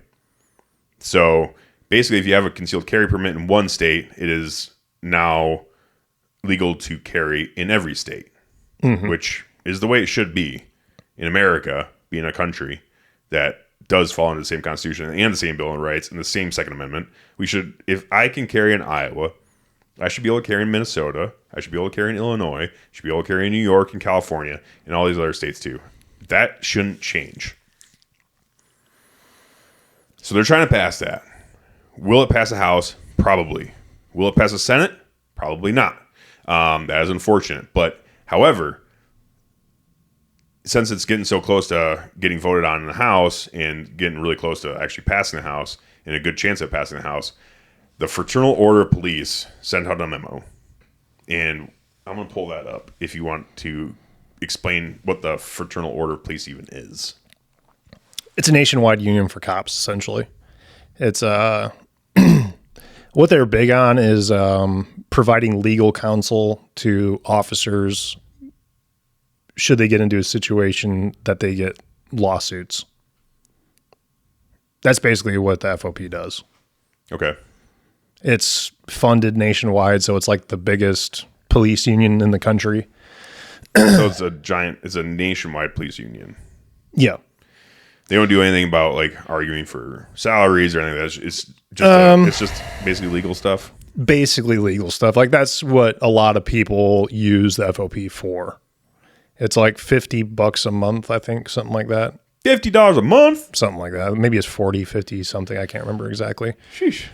But I mean, it's good if you need a lawyer. You know, if you get into like a use of force situation or whatever, they'll get you a lawyer because they got the big nationwide bank of cops pulling all their fucking part of their paychecks in, you know. Which cops do find themselves in some hot water sometimes. They do. You know. Yeah, it happens. Like you're gonna get sued.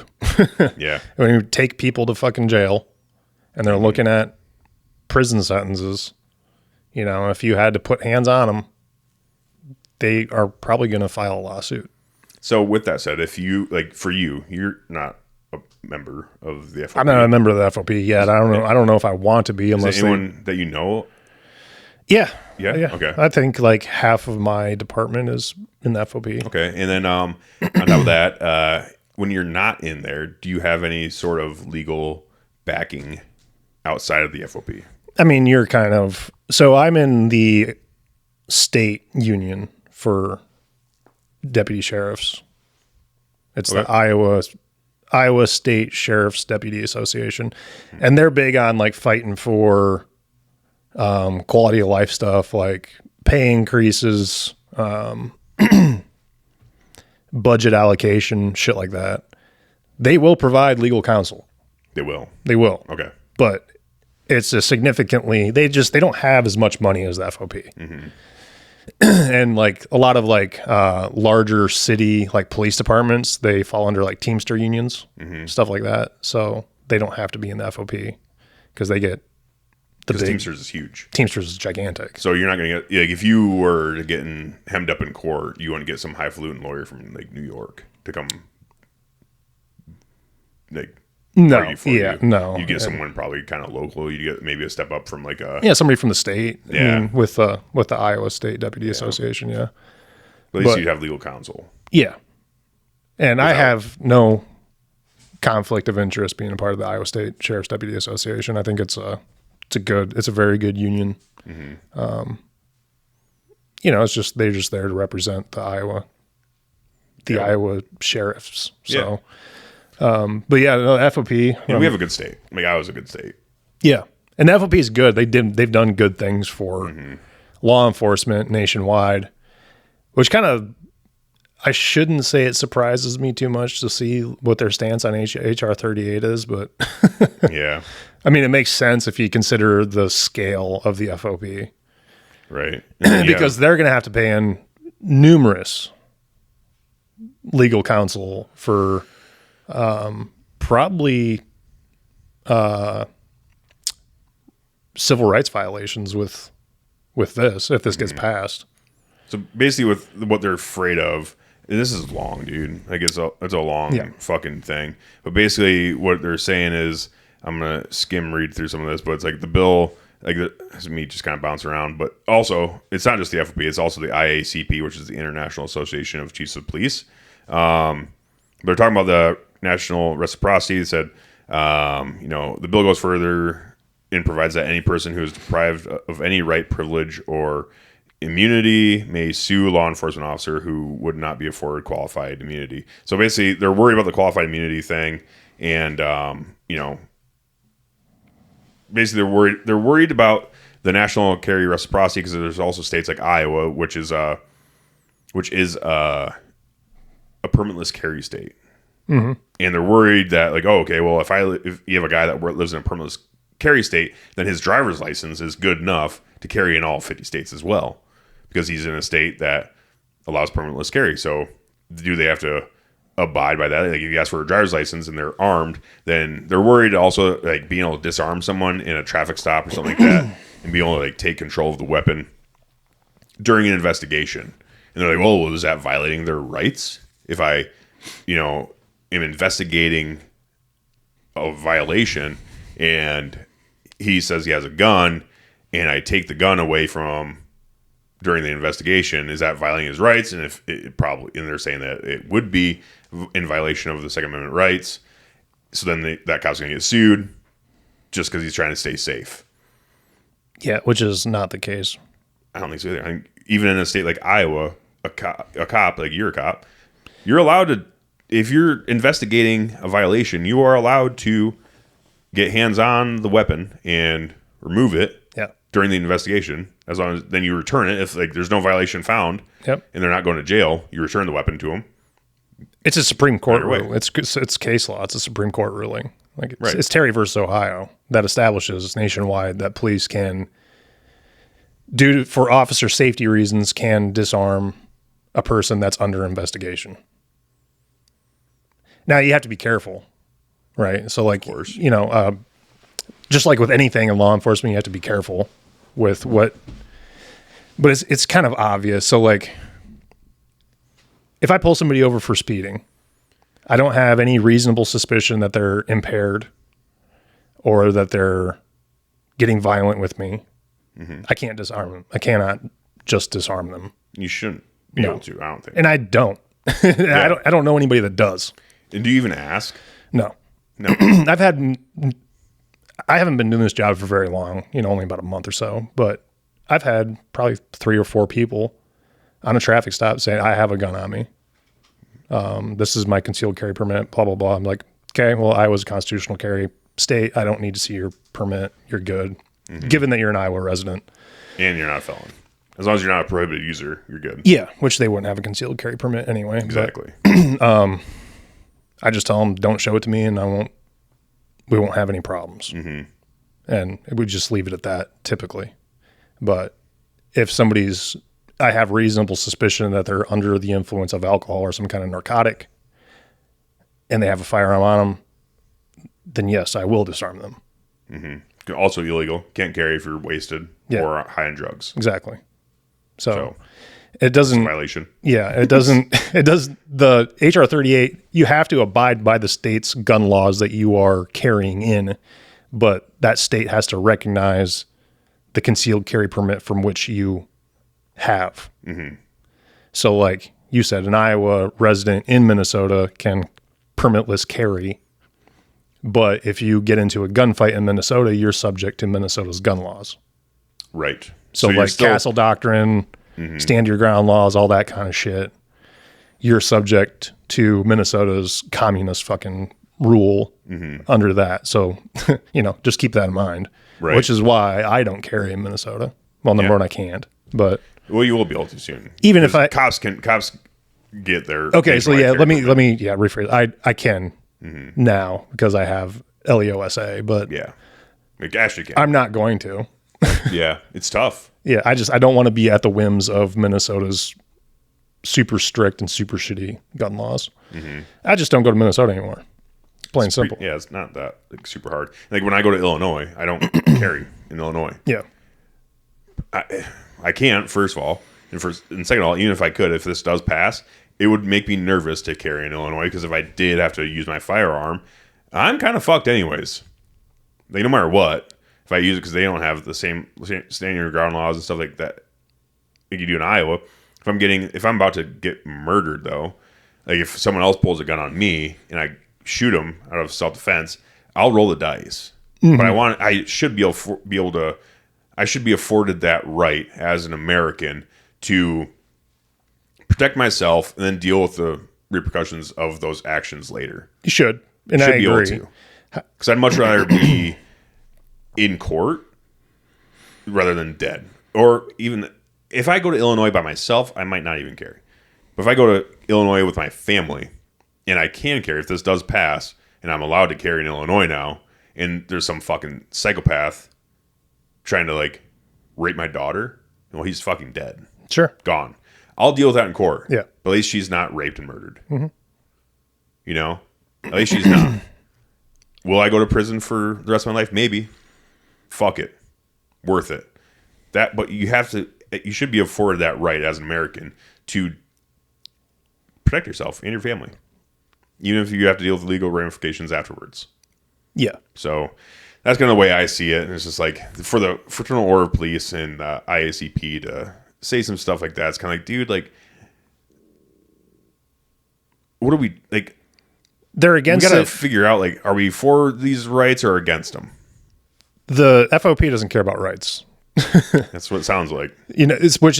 Sounds harsh to say, and I'm not being super critical of the FOP. God bless them. They've done great things for people. Mm-hmm. But their concern is not with people's constitutional rights, which in my opinion, I'm kind of the mind, like, stay in your lane sort of situation. Like you're the legal counsel for law enforcement people. Like if this gets passed, it's not going to be because you said we want it passed or we don't want it passed. Mm-hmm. Leave it alone. It's a bad look for you because people already think the perception of law enforcement in this country is like a big, huge umbrella, even though there's probably, I don't know, tens of thousands of law enforcement agencies nationwide. Mm. You know what I mean? Like they're all different. A DEA agent is different than like a Floyd County deputy. Mm-hmm. They're not the same. We have different scopes and different priorities. Mm-hmm. Well, even a Floyd County deputy is completely different than like a city guy, or Des Moines PD. Yeah. Like completely different, same state, different policies, different goals, different scopes of like what our priorities are and everything like that. But it's a bad look for the FOP to the general public because like law enforcement officers know what they are and what they do. Mm-hmm. The general public thinks, oh, these are the guys that protect the scumbags. You know what I mean? Just because not every cop that gets involved in a lawsuit is guilty. No, yeah, for sure. And like the vast majority of them actually aren't. But the priority with the FOP right now is just that they don't want to pay out all these lawsuits because they know that cops in like New York, Illinois, California are going to violate the shit out of somebody's fucking state's rights because they don't know their gun laws in their state. Even though it's pretty simple to figure out. It's a simple Google search away. Well, it's not that hard. Yeah, it's really not that hard. It's not that hard. That's you go back to your car, like you said, you Google it. These police departments are going to have to massively revamp all of their policies that come to like frisk searches when they do disarm people. Because I'm sure there are some police departments and sheriff's offices that just, you have a gun on you, give it to me right now, clear it, lock it back, set it up. I have to disarm everybody's policy. Yeah. Now they're going to be doing that, and they're going to be like, well, he violated my fucking constitutional rights. Mm-hmm. Even though this isn't even really a constitutional rights issue. It's just granting reciprocity across state lines, which is all it's doing. Yeah. And that's the other thing. It's like, as a citizen, I'm just not telling a cop that I have a gun in my car or my truck. I'm just not going to. I'm just not even going to, especially when I'm across state lines. If they want to search my vehicle, it's like, okay, well, you can get a warrant and then you can search my vehicle and then we'll go from there. If they don't want to do that, then it's like, okay, well, if you're going to like, illegally search my vehicle anyways, then it's a whole different violation of rights. So it's like kind of one of those things where it's like, I'm just not going to tell a cop unless asked. If a cop asks me, like I've been pulled over before by a cop, and I've only had one cop ever ask me on a traffic stop if I have any guns in the car. This was on New Mexico, and I was driving through, and New Mexico, Iowa concealed carry permit does not reciprocate into New Mexico. Yeah. And I knew that, but I also knew that New Mexico considers your vehicle as an extension of your home, so you are allowed to travel with guns through New Mexico. You just can't leave the car with your gun. So I was in my car, and he asked me, he's like, do you have any weapons in the car? And I said, yeah, I have a handgun in my door. And he's like, okay, as long as it stays there, we're good. I'm like, okay, sounds good. Conduct the trap stop, no problems. It was fine. Like, I don't understand how that's really that hard. And if I was starting to get frisky and everything else and get kind of crazy with them, I would expect him to disarm me because I'm probably going to jail anyways. Yeah, for sure. If I'm getting all crazy with a cop, like it's kind of like that's part of the deal. Don't get crazy with cops. Yeah, some states you don't have to tell law enforcement that you have firearms. Pretty sure Iowa's one of them. I don't think you have any duty to inform. You know what I mean? No, so you don't. As far as I know, you don't. But I mean, it's a good respect thing. It's like if I'm generally like cool with cops, like I can talk to them. It's not a big deal. If they do ask me, I'll tell them like, yeah, I do. Because I'm not doing anything wrong. So I'm comfortable. I'm more comfortable being honest. But if I was in a state like Illinois, even if HR 38 does pass, I'd have to look into the law on what it is about lying to cops, But it's like one of those things where it's like, if they don't ask, I'm not going to like willingly tell them. If I'm from Iowa and I'm in Illinois and they pull me over, I'm not just like, all right, hey, pulled you over speeding? I'm like, okay, cool, I have a gun in my car. I'm just not going to give that information without being required to. Yeah. I don't think there's anything wrong with that. No, there's nothing. It all depends on the state. Like I said, I'm not. Some states you have to inform if you have a firearm in your vehicle. I don't know which ones do and which ones don't. I have no idea. Probably like Illinois and California and those probably, states. Yeah. You have to tell them. Probably, but I mean,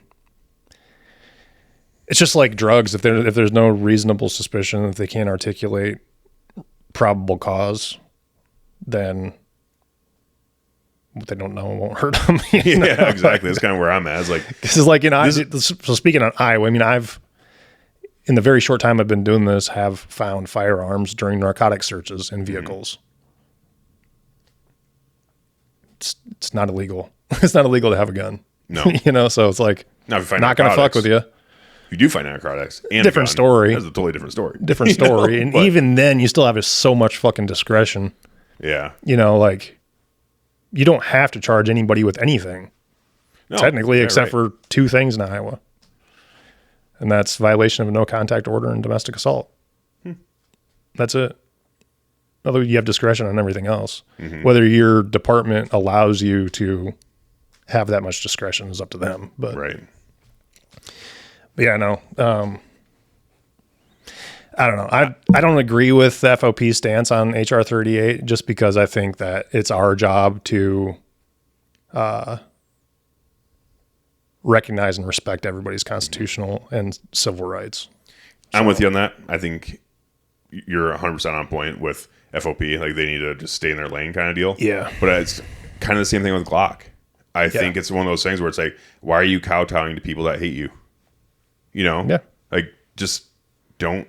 Why even say anything? Like you said, they're probably trying to protect their assets a little bit. But right. It's like, with the FOP, I actually kind of understand what they're saying because they don't want to pay out all these lawsuits because they know that cops in certain states are going to unintentionally violate people's rights that granted them by the state. Correct. And I get that. I do get that. But that's kind of a.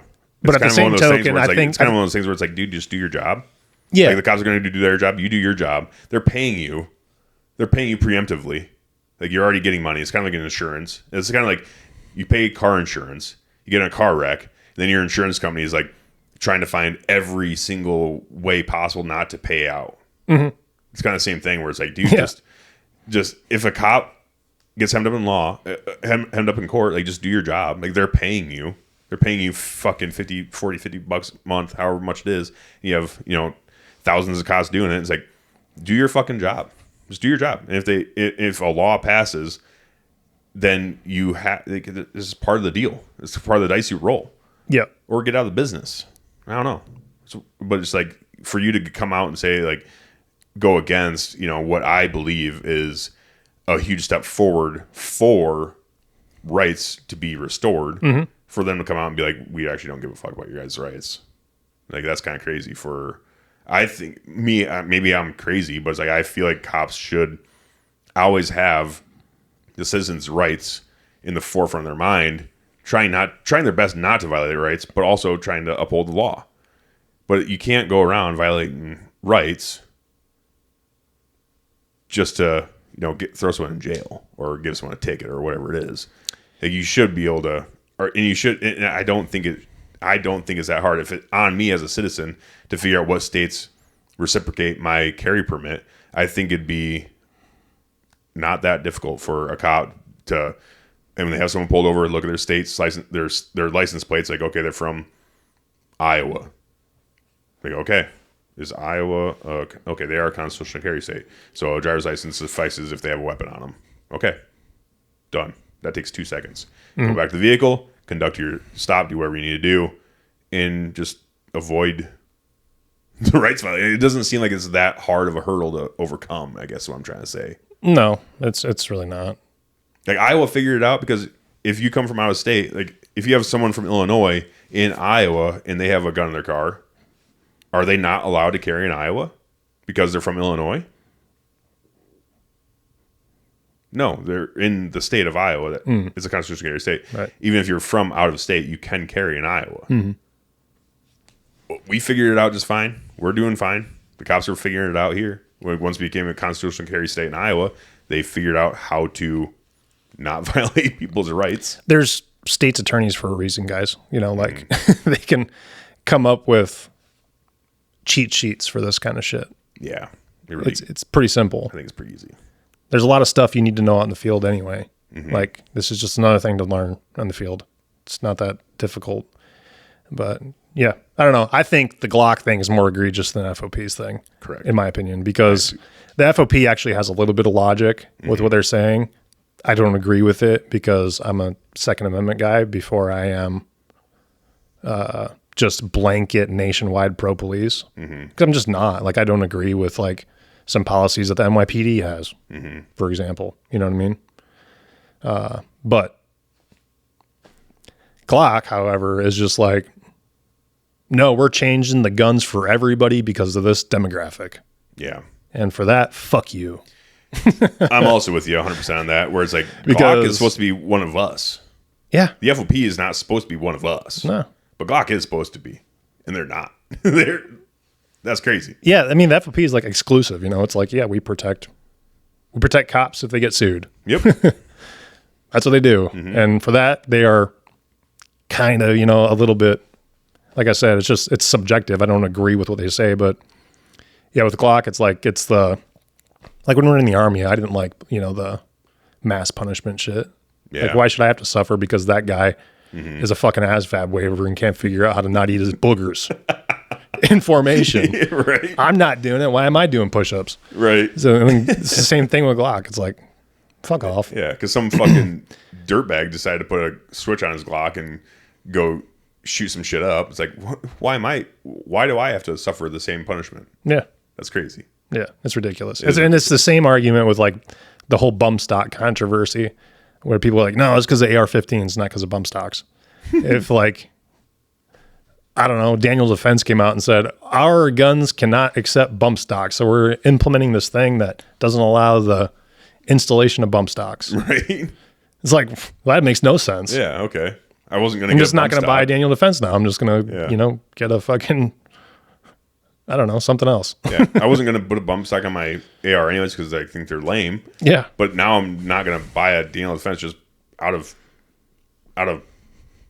spite, essentially. Right. Yeah. Or like principle, Vote my wallet on that one. Yeah, okay, well, you want to be lame. Like, you want to be lame and gay? That's fine. Be lame and gay. I'm just not going to buy your product anymore. And same with Glock. It's like, I don't plan on putting a switch in my Glock because I am a law-abiding citizen and I don't want to get thrown in prison. I can shoot better without one. Yeah, but even then, it's like, I don't plan on putting a switch in my Glock. But why do I have to suffer for a subpar product because some asshole in L.A. decided to put a switch on his Glock and go crazy and do stupid shit? Well, the cherry on top is that you can actually install a Glock switch on the Glock Vs. Yeah, it took all of like 48 hours for someone to figure that out, too. They're not even released yet, technically. Yeah. At least that I know of. I don't know. I could be stand corrected that you... Well, PewView had a Glock 19 V2, but he might have gotten it sent to him. Might have. I don't know. I don't know think for he sure. did because he did. Did you see that video? No. Oh, dude, it was hilarious. I'll watch it tonight, but I didn't see anything on it. I just saw a short, but almost positive he has a YouTube video on it too. But he was holding a Glock V up. He's like, yeah. Well, they make, here's the Glock V, 19V. Not supposed to accept switches and stuff like that. He's like, huh. Well, and then it's like it cuts over and it's just him like just shooting. It had a switch on. He's like, well, that took like all 48 hours for someone with the know-how and the DIY fortitude to figure out how to install a Glock switch on a Glock V. Turns out, must not have been that hard. So they didn't even accomplish the goal they set out to accomplish. It's embarrassing, dude. It is embarrassing. It's like, man, like it's one of those things where I become an adult, and like I said, when I was a kid, I thought adults had it all figured out. Now that I'm an adult, I realize like everyone is just. Oh, it's just a bunch of kids with bills. Yeah, dude. Yeah, it's crazy. But oh well. I think that's that, I guess. Yeah, I guess so. I don't know. I pretty much covered everything I wanted to cover. I do want to close out by saying this. The Chinese have a term for white liberals. Did you know this? Shit. No, I don't know exactly how to pronounce it. I think it's Baizuo. It was Baizuo. I'll read this definition for you. It's a Chinese term that literally means white left and is used as a derogatory label for Western liberals and leftists, particularly for being perceived as hypocritical or naive on issues like immigration and social justice. The term criticizes what is seen as an overly idealistic and out-of-touch form of liberalism associated with Western countries, often to express frustration with Western values or promote nationalist sentiments. Damn. All right. So they have a word for them. Holy shit. We got to figure Even out the Chinese don't take them seriously. Dude, nobody does. Nobody does. That's the problem with fucking liberals. Like, nobody takes them seriously. Yeah. I just saw that the other day. I thought it was kind of funny. Figured the listeners would like to hear that one. We also got to figure out how to put it into Google Translate or some shit. Make it say it back to you. Like, how do you say this word? And so we can actually see how it's actually pronounced. That's pretty funny. But that's the thing. Like, nobody really takes these liberals seriously. Like, there's some blue dog Democrats out there still that are fine, like Fetterman, whatever. I'm sure he's all right. He's not like a pro 2A guy necessarily, but he's not like a crazy psycho. He's just likes his sweatpants and sweatshirts, But he's actually more of a moderate Democrat. And it's like, I can have a conversation with a guy like that. I cannot have a conversation with an Ilhan Omar or an AOC. Oh, Here we go. Get it? I think so. Bezio. There it is. Bezio. Bezio. Bezio. All right. That's how I say it. There you go. Bezio. Call them all that. Bezio. Bezio. Yeah, it's a little more PC than faggot. So we'll just stick with that, I guess. All right. Well, thanks for having me on, man. This was fun. Thanks for coming in. This has been awesome. This was fun. Sorry that we couldn't do it in the trailer, but we got behind again. Yeah, I was kind of looking forward to it. I know. We will. When we get the trailer up and running, you will be amongst the first. Ashley was obviously the first, but we were freezing our tootsies off in there because we got to get the heat situation figured out now. I think you just pull it up to my house right outside on the curb. We could do that. Yeah, I have to bring the generator over there. Hopefully your neighbors don't mind that, but you might. Maybe you'll move by that time, and your neighbors will be okay with it. But yeah, that probably will be. Yeah. But thanks for coming in, Jordan. Yeah, this is really fun. Hell yeah, I really like it. That sounded gay. Sorry.